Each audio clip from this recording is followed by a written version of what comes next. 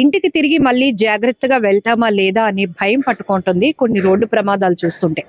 విశాఖ జిల్లా గాజువాక, పాత గాజువాకలో స్కూల్ పిల్లల ఆటో ప్రమాదానికి గురైంది. ఈ ప్రమాదంలో గాయపడినటువంటి చిన్నారులను, స్కూల్ పిల్లలను స్థానికంగా ఉన్నటువంటి సన్ రైజ్ హాస్పిటల్కి ట్రీట్మెంట్ కోసం అయితే తీసుకువెళ్లారు. అసలు ఏం జరిగిందంటే, మింది నుంచి ఆటో నగర్, ఓల్డ్ గాజువాకలో ఉన్న ఆటో నగర్, శ్రామిక నగర్లో ఉన్న ఏవికే స్కూల్కి స్కూల్ పిల్లలతో వెళ్తున్నటువంటి ఆటోను ఓల్డ్ గాజువాకలో అటువైపుగా వస్తున్నటువంటి ఒక ప్రైవేట్ బస్, అది ఫార్మా కంపెనీకి చెందిన బస్గా తెలుస్తోంది, ఢీకొనటంతో ఒక్కసారిగా ఆటో కంట్రోల్ తప్పి పల్టీలు కొట్టడం వల్ల పిల్లలందరూ కూడా చిన్నగా గాయపడ్డారు. ఇందులో ఆటో డ్రైవర్ మధ్యమత్తులో ఉన్నట్టుగా ప్రైమరీగా మనకు అందుతున్నటువంటి ఇన్ఫర్మేషన్ కూడా. దాంతో పాటు ఈ స్కూల్ పిల్లల్ని స్కూల్కి తీసుకువెళ్ళడానికి వెళ్తున్న ఆటోలోనే ఈ ఆటో డ్రైవర్ తన పిల్లాడిని కూడా ముందును కూర్చోబెట్టుకున్నాడు.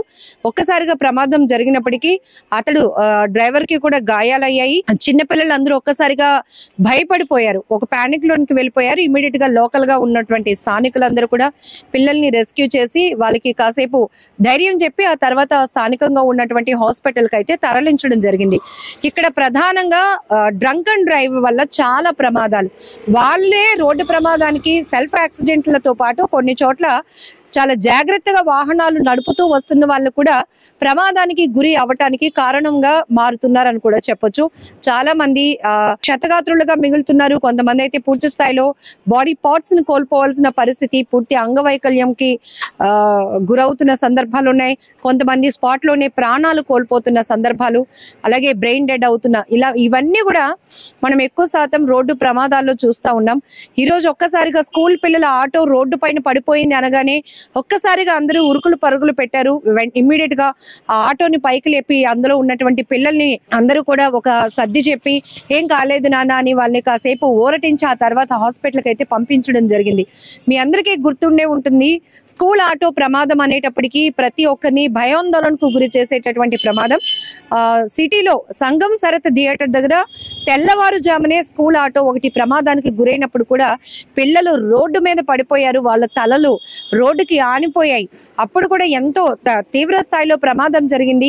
చిన్న చిన్న పిల్లలు కూడా ప్రమాదం గురించి అప్పుడు మీడియా ముందు చెప్పినటువంటి మాటలు ఇప్పుడు ప్రతి ఒక్కరి మైండ్ లో మెదులుతూనే ఉంటాయి. ఎందుకంటే చాలా జాగ్రత్తగా వెళ్ళాలని మనం ప్రయత్నించినా అవతలి వాడు, పక్కవాడు జాగ్రత్తగా రాకపోతే మాత్రం వాడికి రిస్క్, మనకి రిస్క్. ఇక్కడ కూడా బస్సు ఢీకొంది అనేది అయితే వాస్తవం. అయితే ఆ స్థాయిలో అక్కడ ప్రమాదం జరగలేదు. కానీ ఈ ఆటో డ్రైవర్, స్కూల్ పిల్లలతో వెళ్తున్నటువంటి ఆటో డ్రైవర్ మధ్య మత్తులో ఉండడం వల్ల తను ఆటోని కంట్రోల్ చేసుకోలేకపోయాడు. పల్టీలు కొట్టడం వల్ల ప్రమాదం జరిగిందని కూడా ఇక్కడ ప్రైమరీగా అందుతున్నటువంటి ఇన్ఫర్మేషన్. మీరు విజువల్స్ లో కూడా చూస్తున్నారు, చిన్న చిన్న పిల్లలు, ఆటో డ్రైవర్ కొడుకు కూడా ముందు సీట్ లో కూర్చోబెట్టుకున్నారు. ఇది ఎంత ప్రమాదం. సాధారణంగానే ట్రాఫిక్ రూల్స్ పాటించేటప్పుడు డ్రైవర్ సీట్ లో ఇంకొకరు కూర్చోకూడదు అంటాం.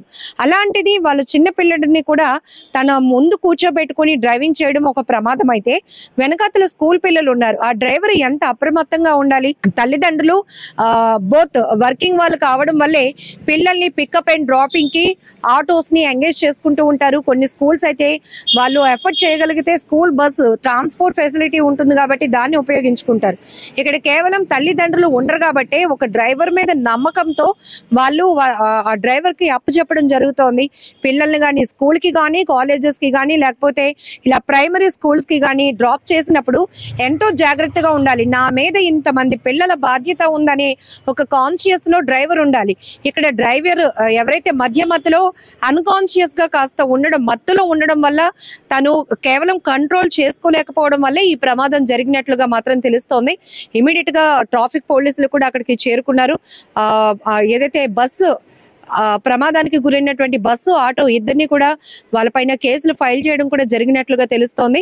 ఏదేమైనా చిన్నారులు మాత్రం అదృష్టవశాత్తు దేవుని దయ వల్ల ఎలాంటి పెద్ద ప్రమాదం లేకుండా సేఫ్ గా చిన్న చిన్న గాయాలతో వాళ్ళు బయటపడడం అందరినీ ఊపిరి పీల్చుకునేలా చేసింది.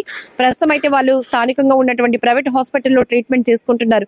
ఎందుకంటే మనమైతే పెద్దవాళ్ళం కాబట్టి కొద్దిగా గాయమైనా దాని నుంచి తేరుకోగలుగుతాం, నెక్స్ట్ ఏం చేయగలుగుతామో ఒక ఆలోచన వస్తుంది. కానీ చిన్న పిల్లలు ఆ టైంలో వాళ్ళు ఒక్కసారిగా చిన్న చిన్న వాళ్ళ హృదయాలు ఒక్కసారిగానే పానిక్ అయిపోతే మాత్రం ప్రమాదం ఎలా ఉంటుందో మనం ఊహించడానికి, మాటల్లో చెప్పడానికి కూడా ఇబ్బందిగా అనిపిస్తోంది. ఏదేమైనా జాగ్రత్తగా ఉండండి. పేరెంట్స్, మీరు పెడుతున్నటువంటి పికప్ డ్రాపింగ్ కి పెడుతున్నటువంటి క్యాబ్స్ ఉన్నాయో వాళ్ళు, ఆ డ్రైవర్ యొక్క ఎక్స్పీరియన్స్ ఏంటి, తన యాటిట్యూడ్ ఏంటి, తను బాధ్యతగా ఉంటున్నాడా లేదా, ఇవన్నీ కూడా ఖచ్చితంగా చెక్ చేసుకోవాల్సిన అవసరం అయితే ఎంతైనా ఉందని చెప్పాలి. ఏదేమైనా థ్యాంక్ గాడ్ ఇక్కడైతే పిల్లలందరూ కూడా సేఫ్ గా బయటపడినందుకు చాలా హ్యాపీగా అనిపిస్తోంది. ఏమైనా కూడా ఇలాంటి ప్రమాదాలు జరగడం అనేది ప్రతి ఒక్కరిని ఒక భయాందోళనకు గురి చేస్తుందని చెప్పక తప్పదు.